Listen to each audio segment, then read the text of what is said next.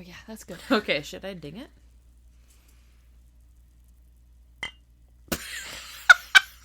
I was thinking we'd clink. Okay, that's probably better. You're listening to The Tales We Tell, a podcast about spooky stories, unsolved mysteries, and local lore. I'm your host, Hannah Parch. And I'm Katy.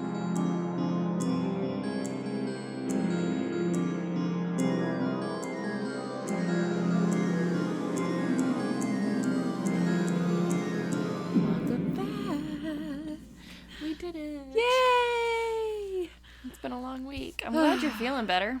Me too. I really thought I was getting a cold. You know that cold feeling?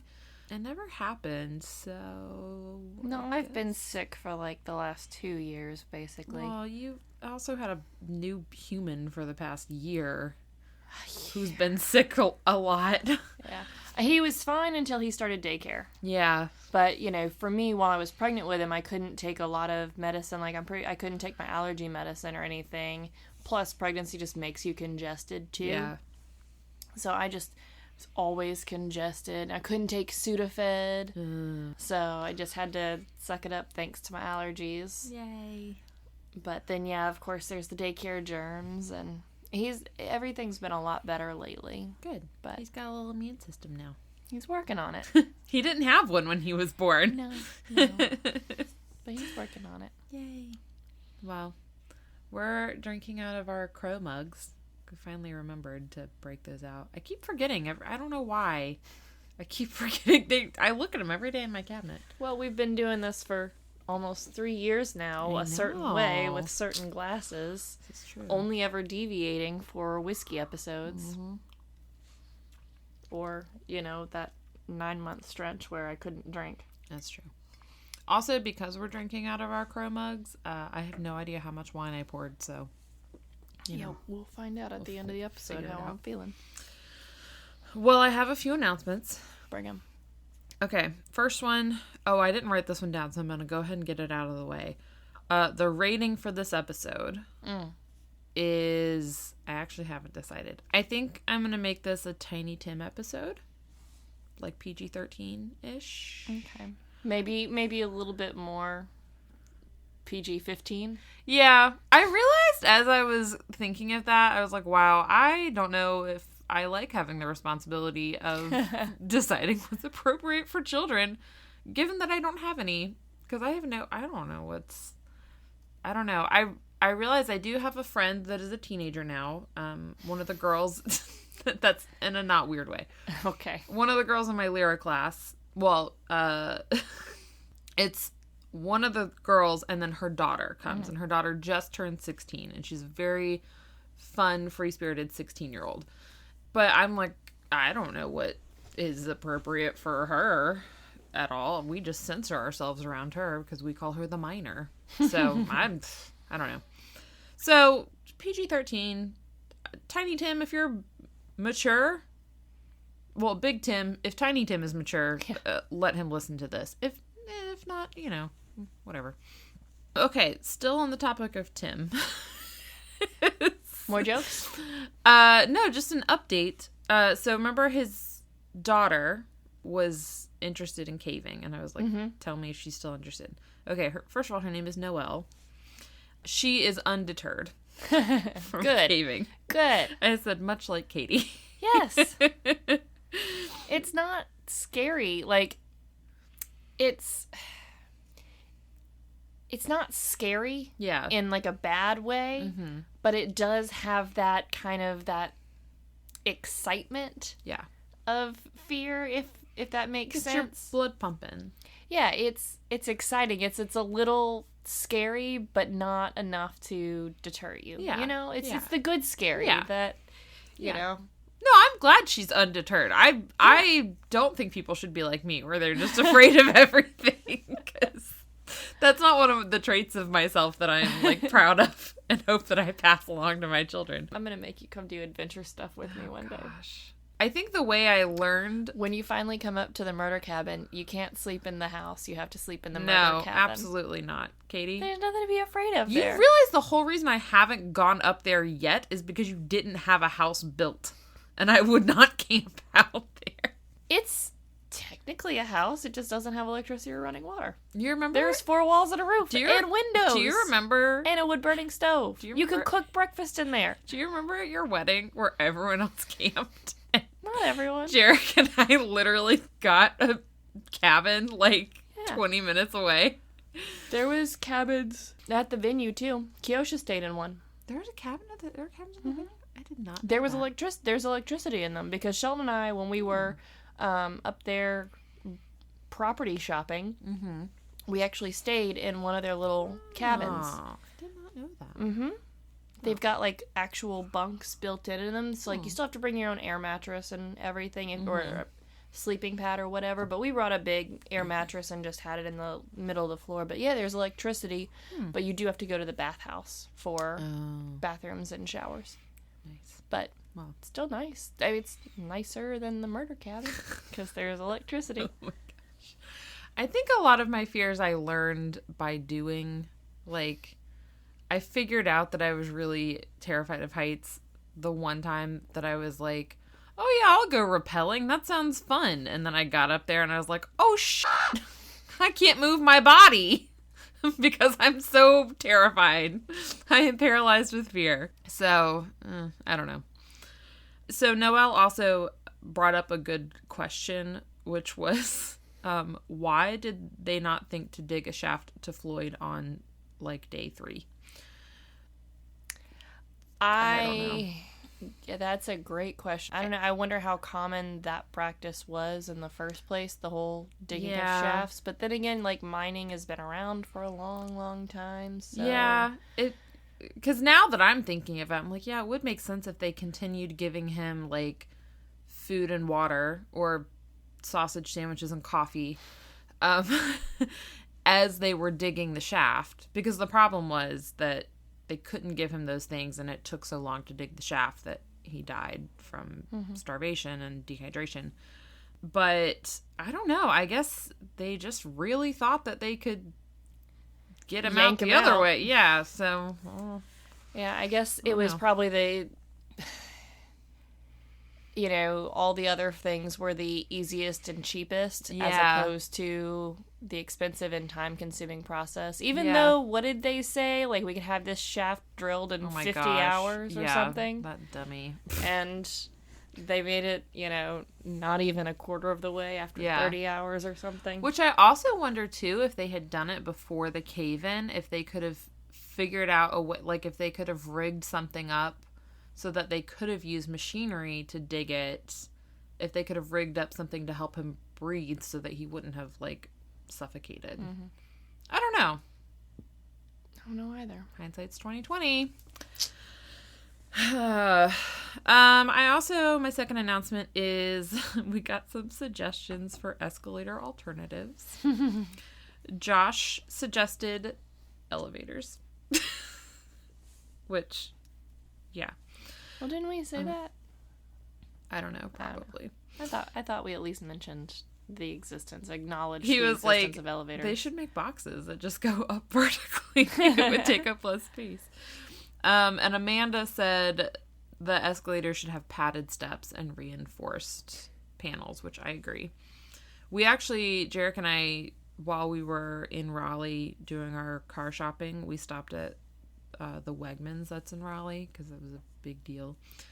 And there's a escalator there going down to the parking garage. And I stopped and looked at it because I haven't encountered an escalator since that episode.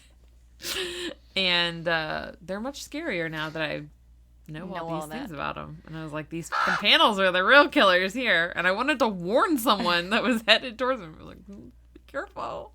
You could die. But then I didn't want to be that person. Also, I got a message from Kara, but it was on Snapchat, and so it doesn't exist anymore, so I can't remember exactly what she said. But she did enjoy the episode, and she felt vindicated. Oh, good. I think was the main point. But That's I think my also goal she with thought it these. was very funny. Good. I just want people to know that they're not crazy. No, yeah. Your fears are valid. Absolutely.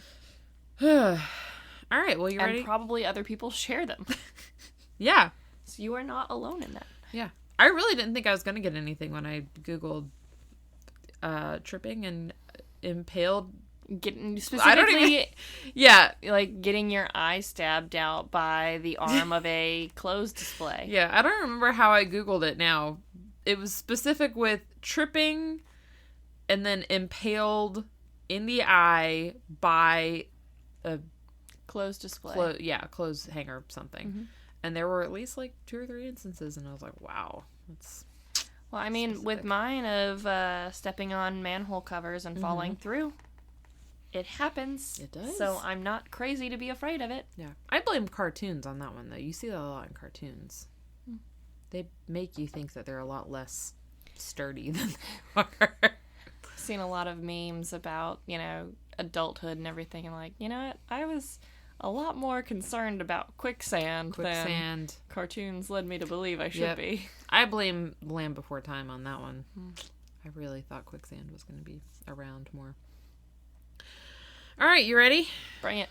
Okay, I'm not going to tell you the title of this because there's a reveal at the end. Okay. Well, not at the end. There's a reveal of the name. But you know that everyone listening right now already knows the title. Yeah, but this is an unsolved mystery. Okay. Because I had a week and I just needed something that was kind of easy for me. If everyone doesn't know, I had to buy a car this week, and I did it on Valentine's Day, and it took the whole day, and we missed our dinner reservations, and it was stupid. And she got the exact same car as me because she's trying to be like me. Oh, yeah. Actually, what year is it? 2014. Yeah, no, the exact same car. It's a different color. Congrats. Yours is red and mine is silver. Yeah. Mine's cooler.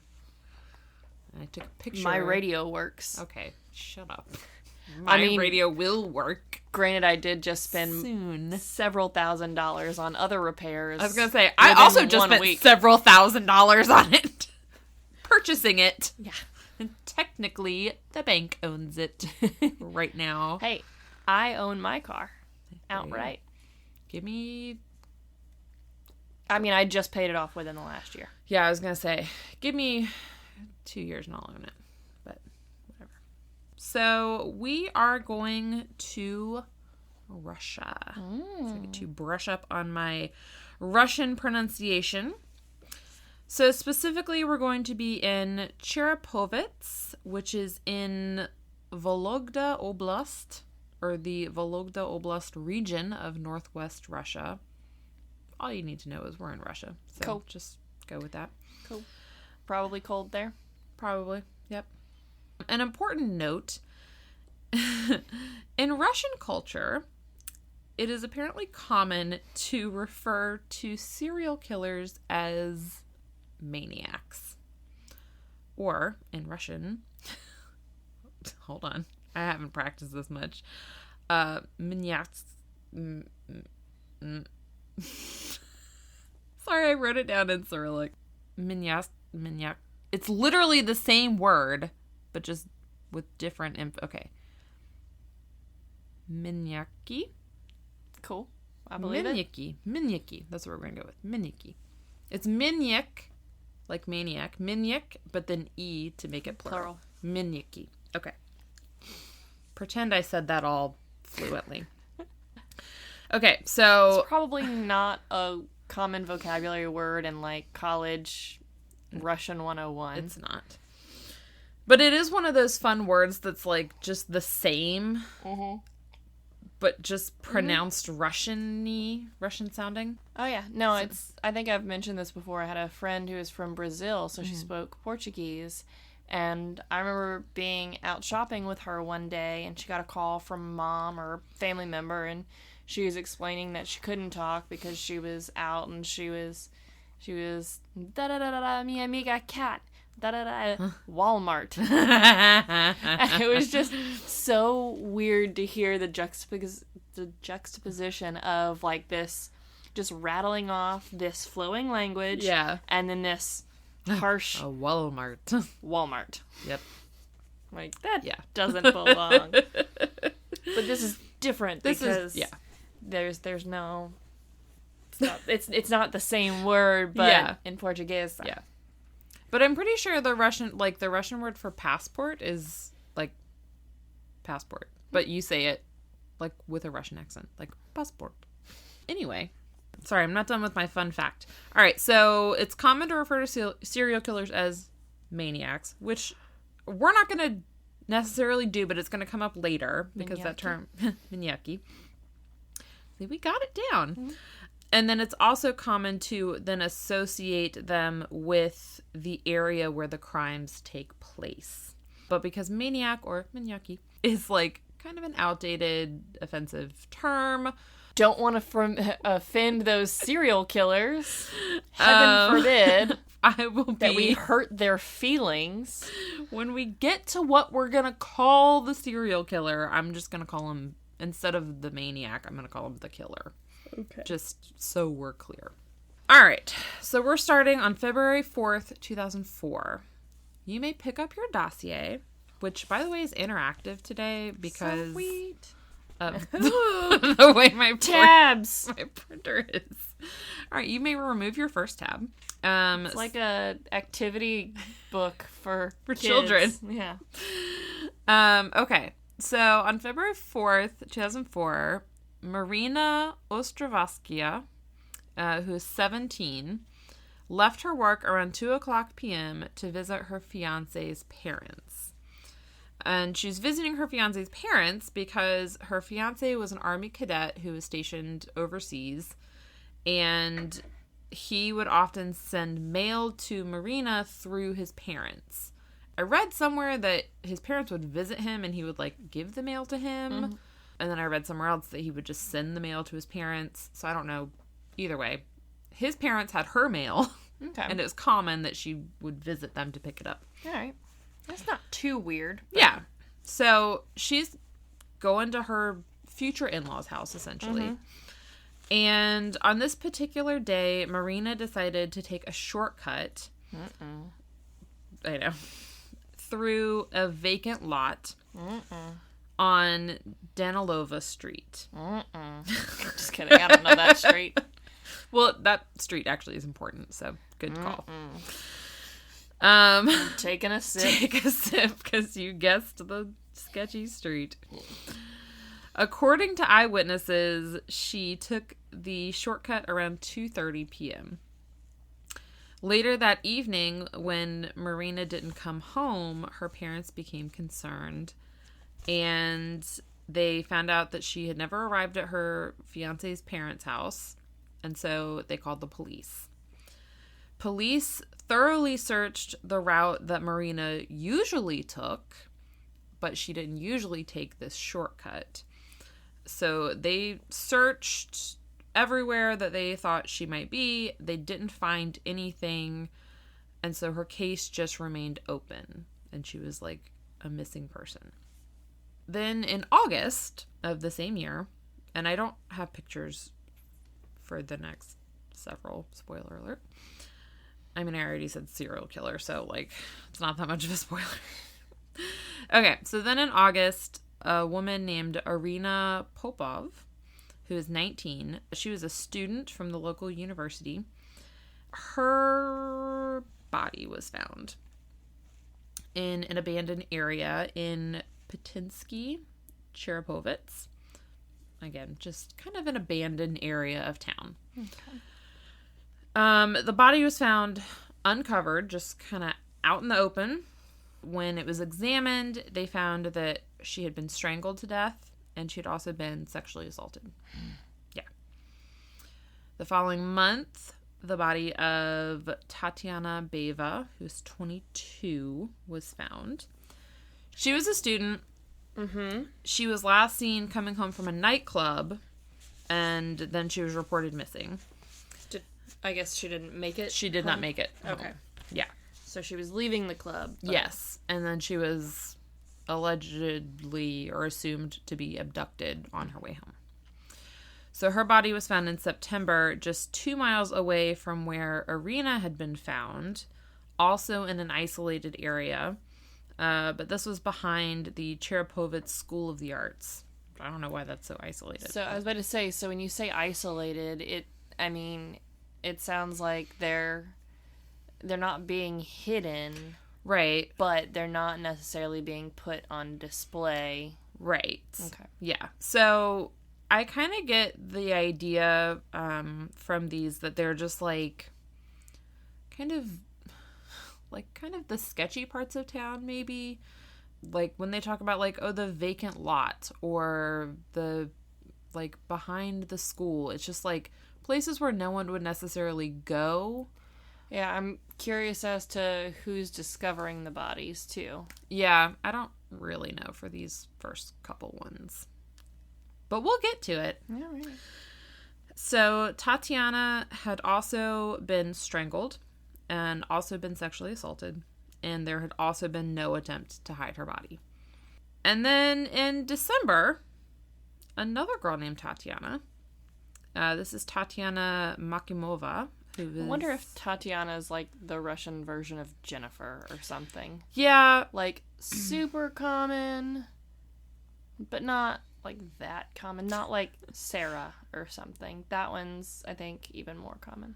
Well, we're going to have 2 Tatianas and 2 Svetlanas. I think Svetlana is the one that we have 2 of. And there's actually a podcast that I hear 9 million advertisements for because it's now being advertised on 2 different podcasts that I listen to, which I'm sure it's great. I just have heard it, 50,000 times now. And it's called Svetlana. And it's about Joseph Stalin's daughter moving and when she moves to America. And I guess I don't want to say hilarity ensues because I'm sure it's not hilarious, but... I wonder if Svetlana is the Stephanie of Russia. I don't know. It probably is. That sounds right. Because Katya is obviously the Katy. Yeah. Anya is Anna, but that's the name I chose. Anya is just Anya, because Anya's a name here, too. Well, I know, but that was the name I got to pick for myself because they don't have H sounds in Russian. So my name had to be Hana.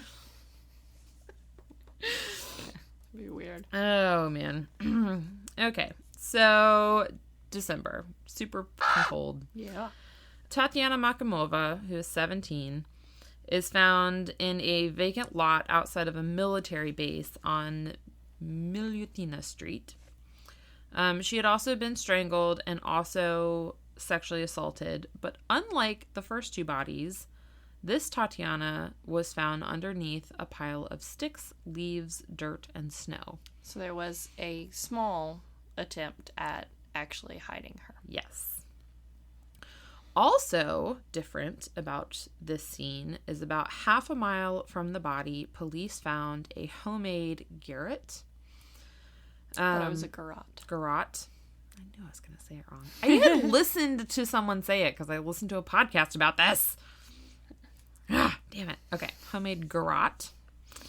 It is made from 2 sticks and a thin piece of wire. And this suggested to police that she had been killed near where her body was found. And police apparently suspected that the previous 2 victims had been abducted and killed elsewhere and then dumped. So I wonder if this is like a Jack the Ripper hasty getaway situation kind of a thing.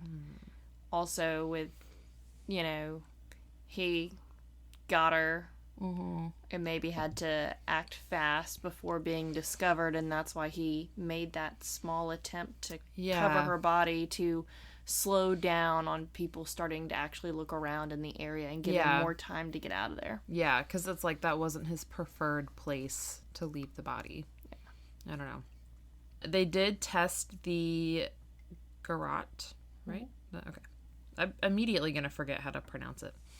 What's that curved tool that they use to harvest scythe? I need a mnemonic. It's not even a mnemonic thing that you gave me. You just said, say the word sigh. And then the. That's literally how I remember.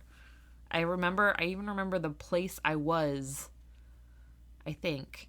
Okay, so like, omega. Omega. G. And then you want them to rot in hell. Like, omega, rot in hell. Omega, rot in hell. Like, go, rot in hell. Yeah. Go rot. Go rot. Okay. I'll remember it now. This has been Mnemonic Devices with Katy. How to pronounce the English language. You're going to use it with your kid one day. Already working on it. Good. I think he said go the other day. We've been working on that one. I say go, go, go, go, go. That's one of my first words. And bye, bye, bye, bye, bye. I can get him to sing that. Mm-hmm. I mean, say that. Not sing it. You can sing it if you want. Or sing. I'd support that. Did I tell you that not only do I have the cutest kid, I have the weirdest kid? Oh, well, I knew that part. He's mine. It's a given. Parents. Finally, today, after multiple attempts, convinced him that yes, he does, in fact, like mac and cheese. Because what kid doesn't like mac and cheese? Mine. Until today. Did he just not try it until today? No. He's tried it several times. And I'd put a couple little noodles on the spoon, and I'd stick it in his mouth, and he'd immediately just open his mouth and let it fall out like, no. So he tried it last weekend, and then I made some more yesterday, and he was like, I don't think so. And I was like, you know what? Fine, maybe. Because he mostly feeds himself. Yeah. Except for things like his yogurt. I'll feed him that. Mm-hmm. But he likes picking up and feeding himself now. Kid likes banana bread. Who doesn't? And he ate crab cakes at Christmas. Ooh. Kid was a fan of freaking prime rib. But mac and cheese just falls straight out the mouth. So I put a couple... Hey, more for me. Could have put a couple on his tray yesterday, and he ate some, but I felt like he was more so like putting the noodles in his mouth, and once all the cheese was gone, he would spit them back out. But no, today he ate a whole bunch of mac and cheese this afternoon, and then for dinner he had meatballs and mac and cheese, and he scarfed it down. Like, he actually enjoyed it. Oh, by far. By far. Told you I made him veggie meatballs, though, right? Did he like this? Yeah, he did. Okay. We'll need to make another trickery. Yeah, because I was full of carrots and parsnips and beets. So I need to make another batch soon. Nice. I love hearing about him. He's just the funnest little... He's a great kid, but God, he's a weirdo. So, yeah. He hates things the first time, or first couple of times he'll try it. Yeah. But not everything. Like, he had... couple bites of biscuits, and Shelton made biscuits and gravy this morning, and he had a couple bites of the gravy, and he giggled. So that's, if he tries something and he's giggling, he likes it a lot. Like, if he giggles right away, you're like, that's a winner. Gravy and meatballs is what he does. I love it so much. Oh man. What a wonderful thing to say right before I tell you more something awful horrible. Stuff. Yeah, sorry. Okay, let me try to say the word now. That was enough filler that I've forgotten how to say it. So let me use my device. Garrote. Mm-hmm. Oh, look at that. Go rot in hell. All right. So they tested the garrote for DNA. And they found traces of Tatiana Beva's DNA on it. And so the first Tatiana? Yes. Okay. So they now know that both Tatianas have been killed by the same garrote. Okay. And therefore, most likely, the same person. Yes. So they're now like, aha, a serial killer. So they obviously suspect that... Irina was the first one, right? The first body that they found. Yes. So they suspect that this killer is responsible for all three. Because it's similar MO, similar cause of death. Yes. They also, unfortunately, suspect that Marina... who is missing, might have fallen into the hands of this killer. Just because she fit the profile of the victims? Yeah. And just time of disappearance and everything? Yeah, and then also all of these are taking place in... a certain area? A similar area. Okay, so she is... young and probably fits, like a victimology profile. Yeah. Went missing in the same area of a now confirmed serial killer. Yes. So, yeah, anyone going missing in his hunting grounds is probably his or hers. Yes. But it's definitely a he. It's definitely a he. And I will say that picture of Marina, she does have brown hair in that picture, but I believe when she went missing, she was blonde. So, I don't know. She's really pretty, though. Mm-hmm. She's just got, like, such a sweet face. Mm-hmm. Oh, man. All right. So, something about serial killers. One of the characteristics of serial killers is they have a cooling off period. Mm-hmm. And so... And then there's the escalation. Yeah. So this killer is like, oh, I'm going to cool off now. Well, it's winter. So, yeah, it's cold. It's also cold. Probably harder to find victims. Yes. So, or he's just satisfied his urges. Yeah. At least enough. Yeah. So, this cooling off period lasts about 6 months, and then summer starts. And on June 26, 2005, you can look at your second picture, by the way, Lyudmila Miroshnik, hold on. Shnichenko. Miroshnichenko. Lyudmila is her name. So, she's 31. She left her home on Babushkina Street to meet a friend around 1 p.m. I'm just saying, like, 2 of these now are broad daylight disappearances. I mean, the one was definitely, a nightclub disappearance, but what was Marina, 2:30 in the afternoon? Yep. Oh my gosh, siren, go. You know it's loud if I can hear it through the headphones. Unfortunately, we do live right near we live... You live near the fire station. Yeah. I live near the police station. And the train station. Freaking trains. Okay, so when she didn't show up to meet her friend is very smart and was like, you're not here and it's 1:30, I'm calling the police. Because people have been disappearing in this area for a while now. So, police immediately suspect that Lyudmila's disappearance was linked to the other missing women. Okay, how can we get these cops over here? I know, right? So, they immediately link them together, and the suspect now has a name. They are now calling him the Danilovsky Maniac. So, we're going to go with the Danilovsky Killer. Okay.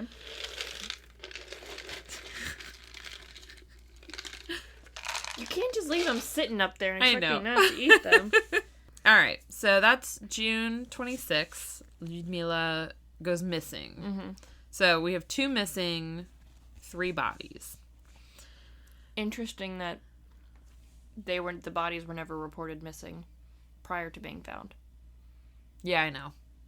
Which makes me think that it was it was like they must have been abducted. Like within the day. Well, because... Who was it? Tatiana Beva was reported missing. Okay, that. But then it was like very quickly she was found. Mm-hmm. So you made a good point. You mentioned that I make lots of good points. Thank you. That's why you hired me. This is true. I don't pay you, though. I pay you in peanuts. Mm-hmm. Katie's literally eating peanuts right now, which is the funny part of the joke. Well, also the whole... that typical thing of, what do they pay you? Peanuts? Yeah, that was the joke. Yeah. Peanuts. That was the part. You didn't need to explain that part of the joke. That was the joke. Fact that I'm eating peanuts. I know. That was the part I explained. The joke was... The point that you made that was good that I'm highlighting is that this killer is abducting women in broad daylight. Mm-hmm. Okay. So, it is July 14th, 2005. And we have Svetlana Stepanova, who is 19. I don't have a picture of her, sorry. So, Svetlana is going to the beach because it's now summertime. And when I say she's going to the beach, I mean she's going to the river. Because it's what is it, Russia. like a full 60 degrees? I don't know. Fahrenheit? Well, it's also Russia, and so it's probably like Unless you live in a very specific part of Russia, you're going to a river or a lake beach because it's a big country. Mm-hmm. So she is walking towards the beach of the Shechna River with her sister and one of their friends. It is the middle of the day, and they are cutting across a vacant lot. I know. I felt like we needed the Law and Order, like, dun dun. So they're walking, and Svetlana's sandal, like, her strap comes undone, and so she's like, I'm gonna fix this really quick. And so the other two girls, go on ahead, just keep walking. Nope. Stick together, ladies. Stick together. So it's literally like 20 seconds. They realize that Svetlana has not caught up with them. They hear her scream, and they turn around. Okay. Sources that I read were different. One source says that they turned around and she was not there. And so I'll go with that one first. So they turn around. Svetlana's not there anymore. They run back and they find her bag and her bathing suit. And they start looking for her. Mm-hmm. Another source, or several other sources, said they heard her scream. They turn around and they see her being dragged away by a man. So either way, she ends up in some bushes. These two girls, one of whom is her sister, mm-hmm. watch this man slash her throat. Because he lost his garrote. Mm-hmm. The two girls now scream because they just watched their friend and sister get murdered. And their scream causes the guy to run off. And so they are now left there with Svetlana's bleeding body. So brutal. Yeah. It says that her clothes had been torn off and she was just left in her underwear. So I'm assuming that she had not been sexually assaulted, but, like, my guess is that was his plan. He was getting to it, but he was interrupted. Yes. And the girls, although they saw him, they were not able to give police a description. Obviously, they had a little too traumatized, I'm sure, to really pay attention to this person. Yeah. So police get there, and they're like, let's look around this vacant lot. In this area, there's a lot of decaying, half-built buildings. Mm-hmm. Because apparently it was really common in this area for buildings to just, like, get started, and then legal issues would cause pauses. And so you just get, like, kind of half-started projects. Gotcha. So specifically, there were a lot of underground parking garages just in this one area. So just the parking garages, there's supposed to be buildings on top of them, but they never got that far. Police are investigating one of these parking garages. Ironically, this specific one was supposed to be used for a police building. It obviously wasn't.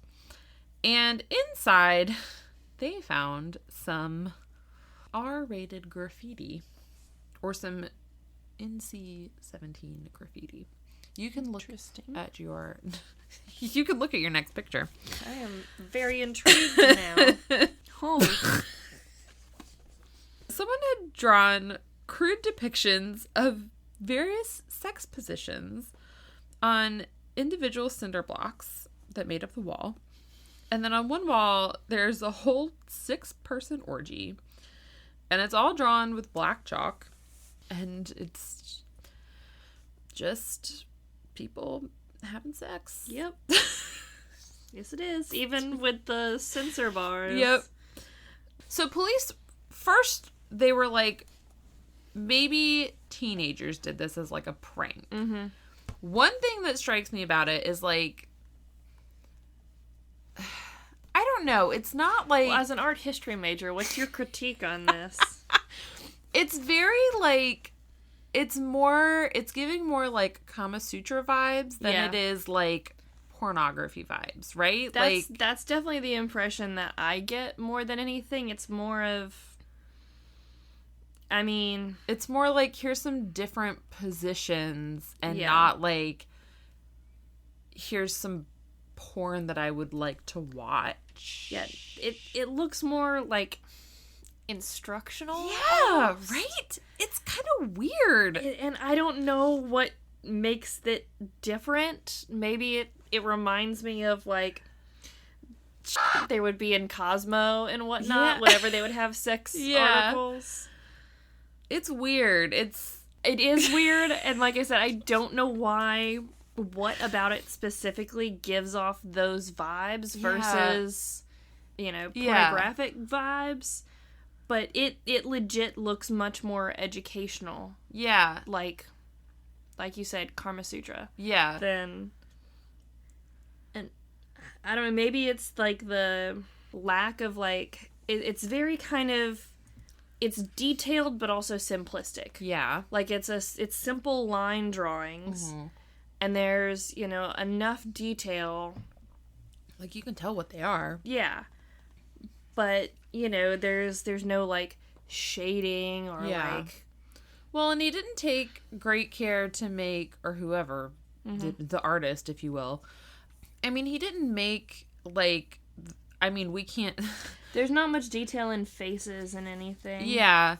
But, like, he didn't make the women look like porn stars. Right, or, right. We can't... the forced perspective or whatever you call it of this one is good about how, the foreground items, body parts are larger than the things that are obviously in the back. We can't see the genitalia because that is censored in this picture. Yeah, so maybe that adds to, like, the educational vibes. Maybe everyone has big dongs in it and we just can't see it. I don't know. Don't know either, But, okay. I'm glad that I'm not the only one who's like, these are giving off weird... Let's keep going. Okay. We could spend all night talking about it. Yeah. So police were like, maybe teenage boy drew this as, like, a prank. Or just... being a teenage boy who's interested in sex. Yeah, maybe it was an instructional situation. I don't know. So they're like, maybe this is unrelated, except that they kept looking around the garage. There was also a pit that was in the garage that had originally been intended as a space to perform vehicle maintenance, but now it was filled up with old car tires. And among the tires, they found a body. And it was Ludmila. Nearby, according to news reports, quote, in a sewer manhole flooded with water, which, mind you, that is that's a translation from a Russian news source, so I don't know how accurate that is. But nearby, in the same underground garage, they found the body of Marina, who at this point had been missing for 18 months. And both of those bodies were badly decayed at this point. Ludmila had been missing for 4 months. Both women, they were able to tell, like, once they got the bodies to, like, a coroner and, like, forensically were examined, they both had been strangled and they both had been sexually assaulted. They were able to recover DNA from their bodies. But they ran the DNA against their database and nothing came up empty. But it did confirm that they were killed by the same person. And now we have a DNA profile. They also found a homemade garrote. Congrats. Thank you. At the scene. And although they believed that the Danilovsky killer spent a lot of time in this garage, they called it his lair. Of course. Like, what a name. They don't think he lived there. So they're like, it's his lair, but he doesn't live there. It's his hangout. Gotcha. But, yeah. It's his man cave. Yeah, whatever. So next to the garage where Marina and Ludmila had been found was a correctional school, which I don't know what that is. It sounds like not juvie, but it's the school where they send the behavioral issue kids. Okay. So there's one of those. Okay. witnesses were able to tell police that they had seen a man in glasses drawing pornographic images similar to the ones in the garage on one of the buildings owned by the school. Which, like, report that to the police, man. That's weird. I don't know. They do look educational in nature, and it is a school. True. Maybe he was just trying to help support the curriculum. So, police were able to make a sketch of this suspect from the description witnesses gave. So, you can look at your next picture. Awesome. All right. So, the description we got is 35 to 40 years old, between 180 and 190 centimeters tall, which, do you want to guess how tall that is? Put that in American. No, everyone should... No, put it in American. I'm scientist. It's almost 6 feet tall. It's okay. Just under 6 feet. Solid build, dark blonde hair, cut short. And then this is also a quote that was translated. Frontal bald patches, possible bald patches behind, or gray hair. So, I'm going to translate that again. Fucked up hair situation. He either has bald patches, like, in the front and in the back, or he has patches of gray hair that make it look, or like patches of lighter hair. Okay. That's the fire truck, by the way. Yep. That I'm hearing. Anything about his creepy as fuck eyes? Right, I'm gonna take a sip while you tell me. Oh no, we're gonna get to that later. You can. I feel like you should finish your drink for that one because, based on the name of the episode. Creepy eyes killer. You're close. You're very close. Okay, so at this point, police brought in experts to compile a psychological profile. So they already knew he was a white male. I'd like to not look at him anymore. Okay, you don't need to. I mean, that's just the sketch. I know. So they believed that he lived near Danilovsky Street, because that's where murders are taking place. His hunting grounds. The experts concluded that he was likely between 20 and 40 years old. Way to narrow it down. Too big of a gap. I am between 20 and 40 years old. Me too. I'm a lot closer to one of those numbers, though.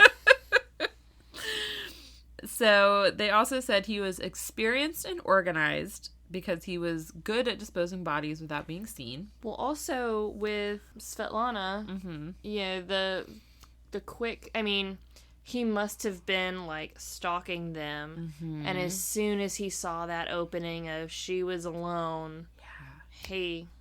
Well, I'm, like, fucking gutsy, too, right? Like, right. Holy shit. To really, like, I mean, he couldn't have planned that her sandal would break. He couldn't have planned that she would, or that any one of them would have peeled off from the group. Well, and he had, because he had to have known that there were two others with her. So he's, like, opportunistic, but also, like, planned. Like I said, he probably was, like, watching them, and then as soon as that opportunity arrived, he's like, I can do this. Yeah. And went for it. And it's honestly probably the fact that Svetlana screamed that the other two even saw him. So they said he also acted coldly and was extremely careful not to leave behind evidence, which is probably also why the only two bodies that they found DNA on were the ones that he took, like, extra care to hide. Well, it's because those were... Well, Marino is potentially his first. So he probably didn't have his system perfected by then. And then there might have just been some reason with Mila, like, you know, kind of like Svetlana screaming. Yeah. She might have done something, or something might have happened that interrupted the process, so he might not have been able to be as careful. Yeah, exactly. Another reason that they, like, think that he's super careful was they said that the fact that he used a homemade garrote rather than, like, a belt or something that could be traced back to him was, like, smart. They thought he could possibly be law enforcement or ex-law enforcement. They thought his motives for the murder were likely sexual, although we all know, well, we don't all know, but sexual assault is less about sex and more about power. Mm-hmm. And they think that he strangled his victims to eliminate them as witnesses. I mean, it could also be what's-his-face who, couldn't get it up without the idea of killing someone. Yeah. So it could have been about sex. Yeah, that's true. Most likely it was the power thing. So at this point, the killer enters his second cooling off period. And this one lasts 2 years. Mm. So, like, imagine living in that part of Russia where you're just like, cool. So, like, women are just getting abducted and murdered, and, like, police kind of have a suspect but don't really have a suspect. Mm-hmm. And, like, it's not safe to walk in groups, but it's also not safe to walk out during daylight, but also... Yeah. Like, that's the biggest kicker for me there is, like, this is broad daylight. Yeah. Like, he's ballsy. I know. Like, I'm literally thinking, I'm like, okay, I walk, like, from my house to my car in the morning. Mm-hmm. And then I walk, like... how often am I walking into Target or the grocery store or something and I'm distracted because I'm going over the stuff on my grocery list? Yeah. Or, like, you have a headphone in, or... I'm also getting, like... Ted Bundy vibes just from, like, he's got a type, and, like, mm-hmm. I just remember, them talking about Ted Bundy where women were, like, dyeing their hair different colors because they knew he liked, like, brunettes with, like, long straight hair. Mm-hmm. And so women were, like, cutting their hair or dyeing their hair or something because they just didn't want to attract him. Yeah. And mm-hmm. I can imagine, like, blonde women were like, okay, well, maybe now's the time to try, like, a different hair color. Or, like... I absolutely 100% would dye... I would never dye my hair to attract a man. No. But I would dye my hair to avoid attracting a man. Absolutely. Yep. Like, if someone told me they liked redheads, I'd be like, cool. I might dye my hair red if I feel like it, because I like red hair from time to time. But I'm not doing it for you. Yeah. But if someone said, oh, there's a serial killer out there and he really likes redheads, my hair is not going to be red for another second. You're like, you know what sounds cool? Black hair. Yeah. You know what sounds great? Blonde. Mm-hmm. Purple. Actually, I'm going to be going purple again soon. Ooh, you look good purple. I'm going to keep the red and add the purple. I love it. All right. Well, our 2 years is up, so let's see. Oh no, sorry. Time to heat back up. Just kidding. I had stuff to say during the 2-year part. I got distracted. Okay, so police suspect that during this 2-year period that perhaps the killer has gone to prison for a lesser crime, or that he has intentionally gotten himself sent to prison so that he could lay low. I know what you're thinking. Hannah, if he went to prison, his DNA would be in the system and we would have caught him. Not necessarily, right? Wouldn't they only do that for, like, major crimes? Or do they do it for all prisoners? I don't know. I'll tell you the answer that I have. According to the podcast that I listen to called Persons Unknown, which is why I'm pawning it off on them because I didn't look into this any further. Apparently, Russia's DNA procedures are kind of janky. In Russia? No. There's nothing janky about anything in Russia ever. So there is a chance that maybe the killer knew this, and, like, there's a chance that, like, he is in the system and the system is just so fucked up that, like... So flawed that it didn't catch it. Or it could be that he got into a relationship that somehow satisfied parts of his personality, that maybe he was able to be dominant or controlling or whatever it was, or take his attention and focus and, just basically fill certain needs that he didn't have that need or that itch to murder. Yeah. Because that's happened for, serial killers who have really long, like, cooling off periods. They'll get married and start a family, and they're fine for 10 years, and then all of a sudden it's like, nope, I need to go back to killing people. Yeah.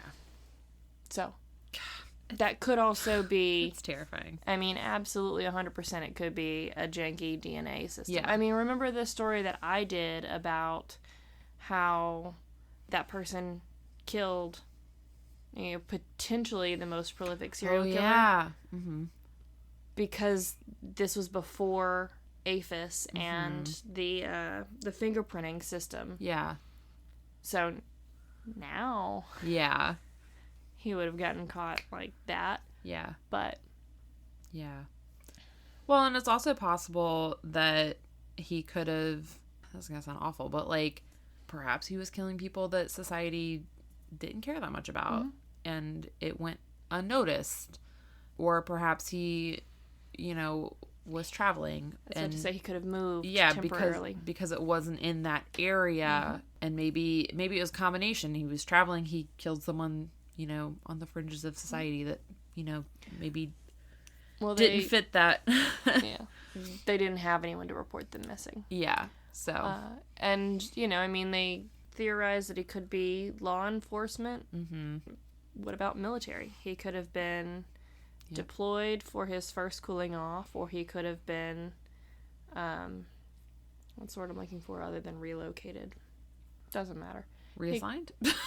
Yeah, he could have been just moved to another base or something. Yeah. Okay, sorry, now we're done with our 2 years. Yeah. Okay, so it's now June 11th, 2007. We've got... Shortly after I graduated high school. It's right... It's me going into my junior year of high school. Babies. All of us. I'm the same age as this girl. Okay, Natalia Zakalova, 17. Literally my age. She was headed to meet her parents at the Sheksna River, which, if you remember, was the same place that Svetlana was going. Mm-hmm. Popular beach. And she was taking a path that was, like, near a forest. And she called her parents when she was about 2 minutes away to say, like... I'm almost there. I'm about 2 minutes away. And when she didn't turn up, her parents called her, and her phone was dead. And her parents were like, nope. Called the police. Unacceptable. Yes. So the police searched. This lasted for about a week. Hold up. You mean to tell me they didn't tell her parents that they had to wait 24 fucking hours to report her missing? No. Absurd. I know. There's, like, good parts, and then there's also parts where... Okay, so, like, yes, they were immediately on it, but also they searched for a week, and it took them a week to eventually find her body 2 miles from the beach. So, I'm like... How well were they actually searching? Yeah, like, how did you not just look where she was last? Okay. So she had been discarded in the woods about 2 miles from the beach. She had been strangled and sexually assaulted. There was DNA on her body, which matched the DNA from Marina and Lyudmila.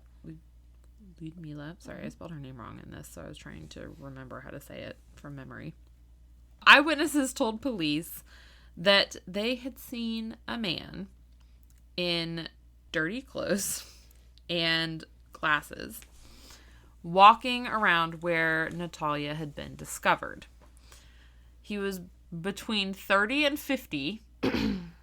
So keeping the same, length of time in the range, but just made him a little bit older.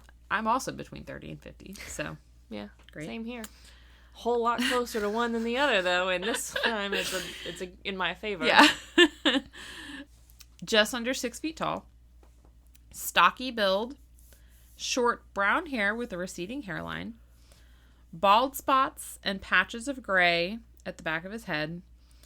And a blurred look or cloudy eyes, which another source described as a faraway look. A sketch was made and distributed to the public. You may look. Am I going to be super creeped out by this one, too? You might be. I think it's less creepy than the other one. Oh, sorry. You can look at Natalia. That was Natalia. I'm sorry. I forgot. I have color-coded highlights going on here. Oh, she's cute. I know. No, the other one was definitely way creepier. It also didn't hurt or didn't help that it had whatever that word is over and over again. Yeah.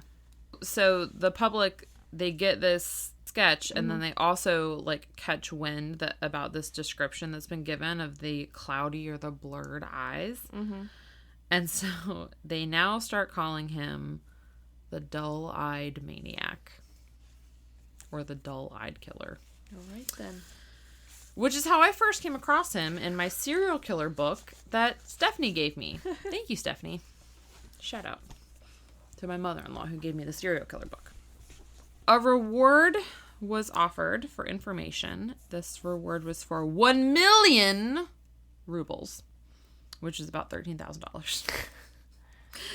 Unfortunately, this just led to an increase in like useless information. Of course. The killer's DNA profile was forwarded throughout Russia as police basically just waited for another homicide. They didn't have any suspects. They didn't have any leads. All they could do was wait for him to strike again. And the more time that went by without a murder, the more likely police thought that the killer was either dead or had moved to another place. Until November of 2011. That was one heck of a dry spell there. So this is Svetlana Filyuk, who is 19. So in the meantime, like every murder that is like at all similar, police are like, oh, maybe it's him. But everyone in between Natalia and this one, they're able to kind of disprove it. Like either someone else is caught or someone it's confesses. Just different enough. Yeah. In November of 2011, Svetlana Filyuk has a fight with her boyfriend, and she storms out of the apartment to get some air and some space. Understand. And to smoke a cigarette. And after a while, around 5 o'clock p.m., she calls her boyfriend and asks him to come pick her up at Batyushkov Street. You're doing great. You're doing great. Thank you. The Russian is so much easier for me than the French or something. And also English. And English. Just kidding. I mean, you just gotta... I'm just teasing. I mean, it really is, though. You just gotta say all of the sounds. Unlike French, where you just say none of the sounds. Truth. Yeah. Touche. Yeah. So, her boyfriend... Touche. Oh my gosh. Okay, so she calls around 5. Her boyfriend, for whatever reason, is not able to come get her until, like, 8. But they plan on staying in touch. He's not just gonna, like, leave her. Yeah. So he keeps calling her until her phone apparently dies sometime around 6:45. But then when he arrives around 8, she is not there. Her sister Olga is the one who reports her missing. Rumors immediately begin circulating that the dull-eyed killer is back. And some people even began to falsely spread rumors that a body has been found. Police try to calm everyone down because it's been like several years, and they're like, no. He just faded away into the background. We don't have to think about him. So they're like, no, Svetlana probably just ran away to get back at her boyfriend. No. And apparently some of her friends corroborated that theory because she had done something similar in the past, which I don't know what that means. People don't run away as often as police want them to. And the police's other theory was that she had committed suicide and then just evaporated. Yeah, like how that happens. Yeah, no, once you commit suicide, your body vaporizes. Yeah. Police are like kind of looking for her. A body was recovered at some point, but it wasn't her, and it was also skeletal. And it wasn't connected to any of the murders. I have no idea who it was. No one gave me any information about it. I'm just putting it out into the world. Olga, meanwhile, her sister, was like, "F the police. I'm going to organize my own investigation and searches." She knew Svetlana hadn't run away. She knew she hadn't taken her own life. So she's doing her own, like, stuff. And in the summer of 2012, volunteers that Olga had organized were searching near the Oktyabrski Avenue. I think there's a bridge there, which is near where Svetlana had last been seen. And the volunteers found a pair of shoes, a pair of jeans, and a purse, which, again, I don't know why the police didn't find those things. Because it took them over a week to find a body within 2 miles of where it went missing. I know. So these volunteers immediately recognized the purse as Svetlana's, and nearby they soon found her body, which was decomposing and covered in branches. It was so badly decomposed at this point that it was hard to determine cause of death, but the medical examiner said that it was likely strangulation and that there was evidence of sexual assault. So a copycat, or our dull-eyed killer is back. There was also evidence of possible stab wounds. And these similarities, so manner of death, sexual assault, random abduction, dumping of the body, the location, literally all of these things led so many people to believe that Svetlana was the dull-eyed killer's 8th victim. The only difference was that Svetlana was brunette. Remember I said that all the others had been everyone blonde. else was blonde. As far as I can tell, was the only difference in this case. But despite that, police never officially linked her to the dull-eyed killer. Yeah, it had been a long time. Yeah. And I think that's probably the main thing. And yeah, I mean, literally the only difference in victimology, I imagine, is the hair color. Yeah. But I don't know. Sometimes killers branch out, from their MO. They'll be all about strangulation, and then they'll try something new. Yeah. Well, her killer was never found. I mean, obviously. Yeah. Police have tried and failed to link the dull-eyed killer to other murders in the past 12 years, but have been unable to. His DNA has not been found in any other crime scenes, and his identity is still unknown.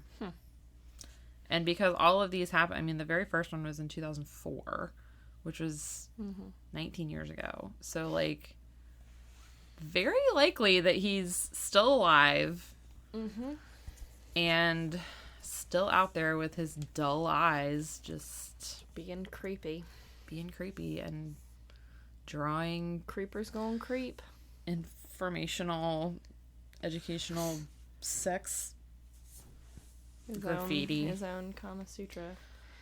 Well, anyways, that's the story of the dull-eyed killer. I'm sorry. Anyone wants to see the pictures from tonight's episode, today's whatever time of days, whatever time you're listening, you can check our Facebook and Instagram at The Tales We Tell Podcast. If you want to see pictures but don't do the social media, check out our website, thetaleswetellpodcast.com. And if you'd like to support us and get yourself some sweet, sweet swag, you can check out our Redbubble store at redbubble.com. Search The Tales We Tell. And if you want to support us but you don't need the stuff, maybe just, early access to episodes, commercial-free listening, and some fun bonus content, and, occasional love notes, you can become patrons at patreon.com. Search The Tales We Tell. Hells yeah.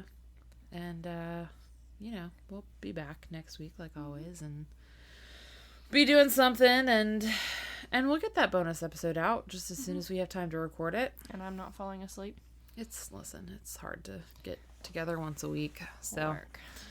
But we'll see everyone next week. Das vidanya. Oh.